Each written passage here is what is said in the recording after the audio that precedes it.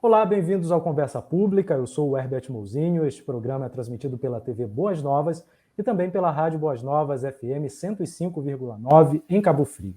No programa de hoje vamos falar sobre o Dezembro Laranja. Essa é uma campanha criada pela Sociedade Brasileira de Dermatologia com o intuito de chamar a atenção para os cuidados com a pele e a atenção e a prevenção, melhor dizendo, ao câncer da pele, que é o tipo de tumor mais frequente no país.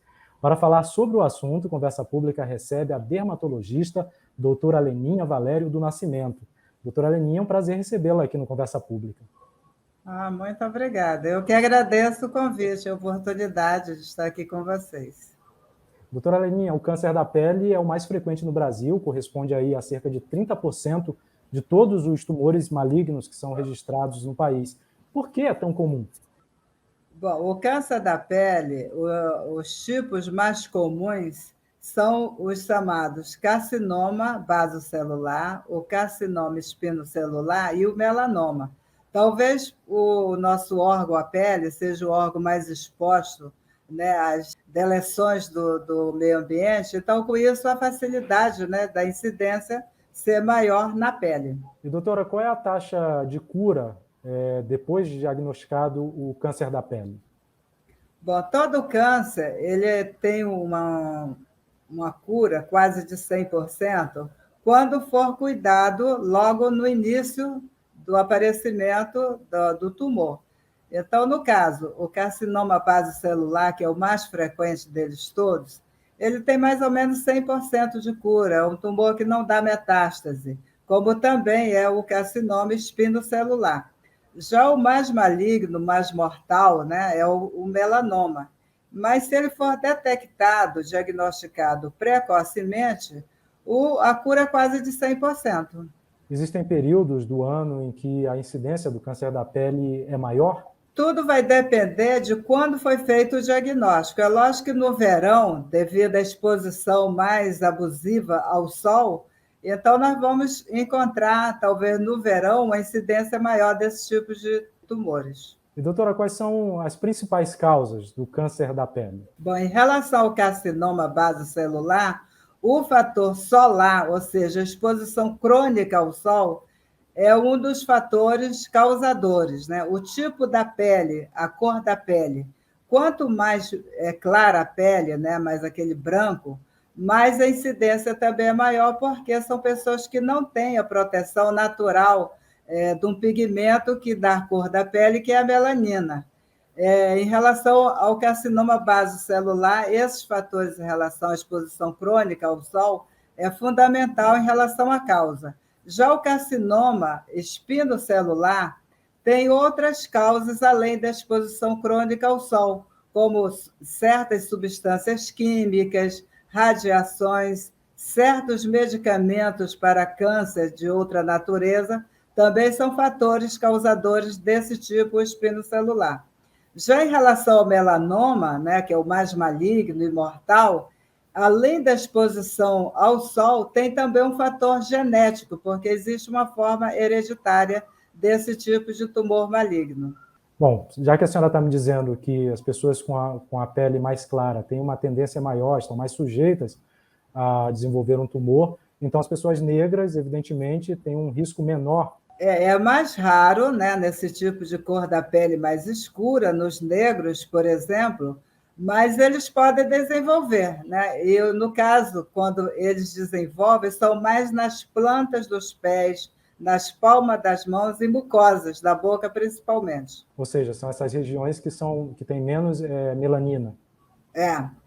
Doutora, quais são as principais formas de proteger a pele e prevenir os tumores? Nós temos que usar, em primeiro lugar, sempre protetores solares, mesmo estando em tempos nublados, porque nós sabemos que a radiação solar ela atravessa as nuvens, né? Então, mesmo em tempo nublado, nós temos que usar protetores solares com fator de proteção pelo menos no mínimo de 30, né, o fator de proteção, e também deve ser aplicado, se você está em uma área mais de atividades de lazer, ou mesmo trabalhos como agricultores, os pescadores, esse protetor solar tem que ser aplicado a cada 2 horas, porque é o tempo mínimo de ação dele.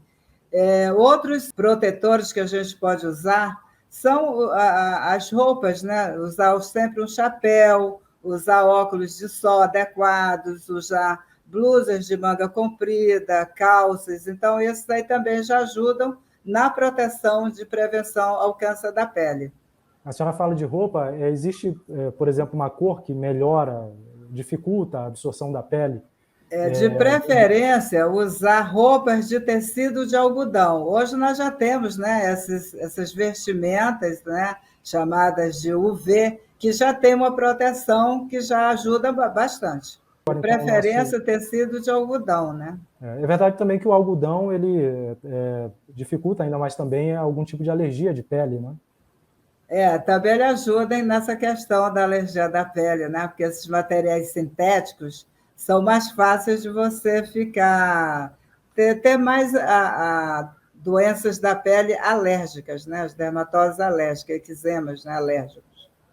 Agora, é engraçado que a senhora falou de trabalhadores, né, que passam o dia na rua, e muitas vezes sob o sol. Esse tipo de profissão, imagino que, evidentemente, ela acaba propiciando mesmo essa incidência do câncer da pele. Sim, com certeza, porque a atividade de trabalho deles, né, durante anos, essa exposição crônica, se tem uma pele clara, facilita mais, né, a exposição ao fator solar, e com isso, né, nesse tipo de pessoas, nós vamos encontrar uma incidência, uma frequência maior desse tipo de tumores malignos. Doutora Leninha, quais são os critérios que uma pessoa deve observar na hora de escolher um bom protetor solar para evitar qualquer problema na pele, na exposição ao sol? Bom, em primeiro lugar, o fator de proteção solar. O protetor tem que ter, no mínimo, um fator 30. Segundo, de acordo com o tipo da pele, se é uma pele mais oleosa, se é uma pele mais seca, você vai escolher o veículo, né, que pode ser gel, pode ser loção, pode ser creme, pode ser spray, e tem que ter pelo menos esse fator de 30. É lógico que os filtros, a composição deles, tem 2 tipos de filtros solares, né? Os filtros solares físicos, também chamados de inorgânicos, e os filtros solares químicos, que são os orgânicos. Dentre os físicos, né, que eles repelem a luz solar na pele, a base de dióxido de titânio, dióxido de zinco, e já os químicos nós temos uma variedade grande. Então, em relação a essa questão ao fator de proteção e o tipo da pele, é fundamental na escolha de um protetor solar, né? E também para crianças, que devem ser utilizados a partir dos 6 meses de idade, e em crianças de preferência que seja um filtro cuja composição seja o dióxido de titânio ou de zinco, que é melhor para essa faixa etária. Bom, a senhora vem dizendo para a gente que, no mínimo, um fator de proteção 30, mas a gente vê nas prateleiras das farmácias, supermercados, protetor solar com fator 15. Então, tem que se afastar realmente desse nível de proteção? Isso daí não vai ajudar a pele de forma nenhuma? Sim, com certeza. Fator 15 não é o ideal, né? O ideal mesmo é acima de 30. No mínimo, tem que ter o fator de proteção solar 30. A gente fala sobre a proteção da pele, mas também é preciso ter cuidado com o couro cabeludo, também com lábios, essas regiões em que muitas vezes, na hora de passar o protetor solar, a gente acaba deixando um pouquinho de lado, não é verdade? Não pode esquecer, principalmente as pessoas calvas, né, que tem pouco, porque o cabelo ele serve também como proteção. Então, se uma pessoa é calva, tem poucos cabelos no couro cabeludo, tem que passar também o protetor solar no couro cabeludo e também nas orelhas. Não pode esquecer das orelhas. Doutora, Tem que ser, né, a quantidade. Por exemplo, face. Uma colher de chá é o suficiente para passar em toda a face. E, mais ou menos por todo o corpo, umas 5 colheres de sopa para passar em todo o corpo. Se sua muito, se está em atividade de lazer, praia, piscina, entra e sai da água, quando sair, tem que reaplicar também o protetor solar. Bom, a gente sabe que, como a senhora disse, essa exposição ao sol é um dos principais motivos para causar o câncer da pele, mas por que essa exposição solar acaba causando câncer? Porque essa radiação solar, principalmente os causadores são ultravioleta A, ultravioleta B. E essa exposição é crônica. Então, às vezes as pessoas falam: ah, mas eu não me exponho mais ao sol. Sim, mas já se expôs desde que nasceu. Então, o sol ele tem um efeito nocivo, deletério na pele, é crônico. Então, essa exposição vai de anos, de 30, 40, 50 anos, quando começam a surgir os efeitos deletérios causados por essa exposição crônica ao sol, né? Então, começa a surgir aquelas manchas acastanhadas nas áreas expostas, face, no tronco superior, nos membros superiores, e também tanto as manchas acastanhadas quanto as manchas mais claras. E vem daí também o pré-câncer e o câncer propriamente dito. Por ter uma exposição, como a senhora disse, crônica, né, de muitos anos, para que realmente essa exposição 30, solar... 40, 50 anos, mais ou menos. Esse tempo longo. Isso dá a impressão para a gente de que o câncer da pele vai aparecer somente em pessoas aí, pelo menos com 30, 40 anos. As pessoas mais jovens também estão sujeitas ao aparecimento de algum câncer de pele, até porque outros fatores, como a genética, por exemplo, podem propiciar um tipo de tumor desses? Pode acontecer, mas é mais raro. A gente vê o câncer da pele acima de 50, 60, 70 anos de vida. Bom, então se a gente pode evitar a exposição em excesso ao sol, quais são os horários que a gente pode tomar o sol sem tanta preocupação, com mais cuidado para não correr esse risco de desenvolver um câncer da pele? A exposição solar, em relação a isso, deve ser até 10 horas da manhã e depois das 4 horas da tarde. Por quê? Nesse horário de 10 às 4 horas, a quantidade da radiação ultravioleta, principalmente do tipo B, está numa concentração maior. E é essa faixa de radiação solar que é cancerígena. Então, a gente deve evitar esse horário de 10 até às 16 horas. Mas apenas uma observação. Em relação à deficiência da vitamina D, esse horário é o ideal para a exposição solar para absorção em relação ao cálcio, que é de 10 até as 4 da tarde, porque a gente precisa do ultravioleta B para a formação da vitamina D na nossa pele. Mas só que isso, a exposição é pouco tempo. Umas 2 ou 3 vezes por semana, em torno de 15 minutos, se expondo nos braços, nas pernas, né, e abdômen, já é o suficiente. Então, não vai essa exposição nesse horário, não tem perigo de desenvolver câncer da pele. Então é preciso ter um planejamento, né, para que a pessoa possa tomar sol no momento que precisa, tanto para ter os benefícios da exposição solar, mas ao mesmo tempo tomar um cuidado para não ter os prejuízos também. Lógico, também. Hoje o nosso tema é o Dezembro Laranja, o mês de prevenção e combate ao câncer da pele. Nossa convidada é a dermatologista a doutora Leninha Valério do Nascimento. Doutora Leninha, quais são os sinais que a gente deve ficar alerta para procurar consultar um dermatologista por medo aí ou dúvida se de fato aquele sinal pode representar um câncer da pele? Bom, primeiro, se você tem uma ferida que não cicatriza, que sangra os mínimos traumatismos, isso já é um fator clínico, né, de indício de ser já uma lesão cancerígena.